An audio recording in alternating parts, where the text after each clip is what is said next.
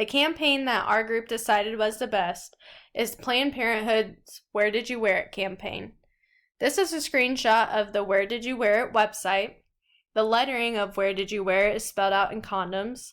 The frame around the map is also framed in condoms. It's bright, it's engaging, it's interactive. It has statistics right there on the page. It has information to learn more about safe sex, and it has the information to be proud to wear protection.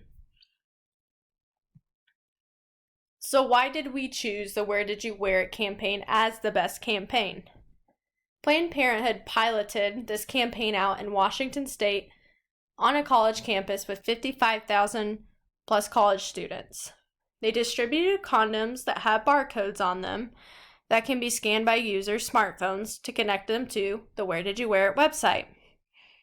Similar to location-based functionality of any social media, the site allows condom users to anonymously check in to their safe sex activity. The campaign targets college-age students and older teens, two groups that we know engage and use social media every single day, multiple times a day, to promote healthy sexuality and the initiative's Safe Sex Happens, Be Proud to Wear Protection tagline.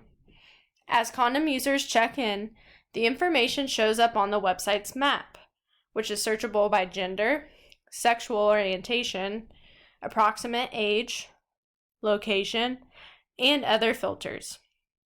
The site also offers information on how to use a condom correctly, a video link that will take you to YouTube to show you an educational video by Planned Parenthood on how to properly use the condom, provides a list of nearby Planned Parenthood health centers where you can get condoms that are available, and then it includes a link to a page with condom information on PlannedParenthood.org.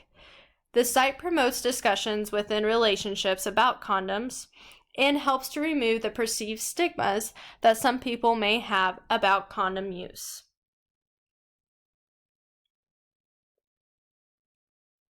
Where Did You Wear It campaign, and what theory works best to support this campaign? As a group, we decided that the theory of planned behavior, which the definition is shown on the screen, which states that the theory of planned behavior suggests that if a behavior is perceived to be important, favorable attitudes, and the subjective norms seem to support the behavior, then people are more likely to engage in that behavior if they also perceive that it is within their control.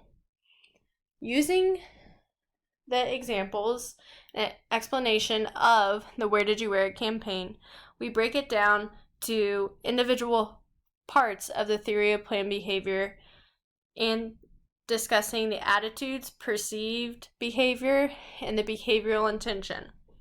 So the attitudes towards behavior. Everybody's got an opinion on everything.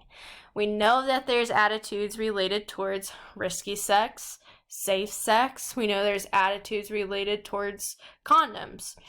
So we want to alter the attitude towards safe sex and using condoms to do that.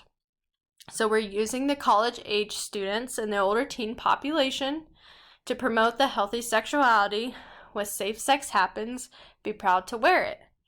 Going to that website, checking in, seeing that checking in on the college campus with their peers may start changing the attitudes of what they think about using condoms. We also have the perceived behavioral control. So we know that the perceived behavior of condoms may be off-putting to some people. So giving that individual information on how to use the condom correctly, provide them a list of nearby Planned Parenthood health centers that are available to receive condoms, and a link to a page with how to properly use them on PlannedParenthood.org will help with those perceived behaviors. The behavioral intention, so we want those individuals to change their behavior to using condoms and using safe sex practices. So, once they go to Where Did You Wear It, the site promotes discussions within the relationships that they are having about condoms, and it helps them to remove perceived stigmas that they may be thinking about that some people have about condom use. So that is why the theory of planned behavior works great with the Where Did You Wear It campaign. And that is why we decided that the theory of planned behavior does work best for condom use promotion. As you can see in this flowchart, this is a research study done by the American College Health Association, and they did research on college-age students and condom use promotion on those college campuses. So this is a figure in a table that they laid out when doing their research. So on the table we have the behavioral belief, the normative belief, and the control belief. Moving over towards the attitude towards condom use, subjective norm about the condom use, and the perceived behavior that we discussed. Moving towards the intention to actually use the condom, and if they use the condom. So in this research done by American College Health Association, they are testing to see if the theory of planned behavior is worth using as a theoretical construct towards condom use promotion. In this research, it proves that it is worth using, which is why we can state that it is the best theory to use for the Where Do You Wear It campaign and why it is so beneficial. We previously talked about the intention to use the condom. So in this study, they know that intention has a strong correlation with condom use behavior. Any education aimed at promoting condom use among college students should seek to influence their intentions. So, when an individual is thinking about changing their behavior, we want to influence them in the best way possible. Using education aimed at promoting condom use, like the Where Did You Wear It campaign and that interactive website with all the bright, engaging features, may help with that intention. We know attitude has a huge influence on behavior. So in this study, over 80% of the participants had favorable attitudes towards condom use.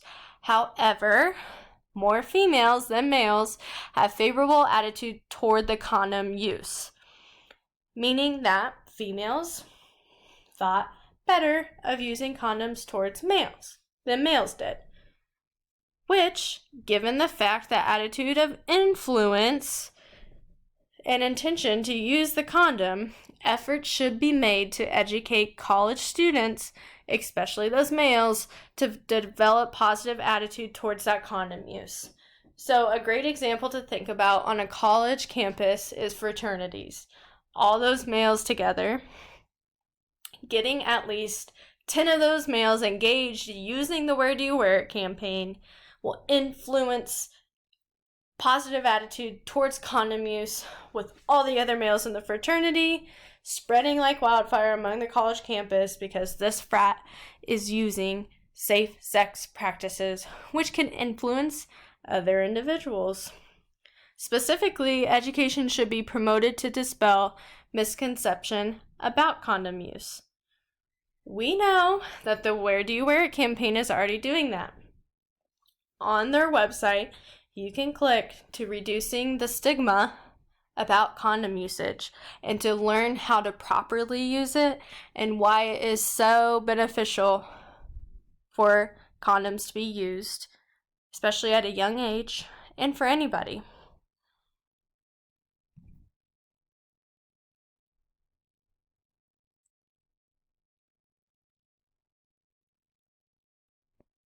The importance of using condoms, especially when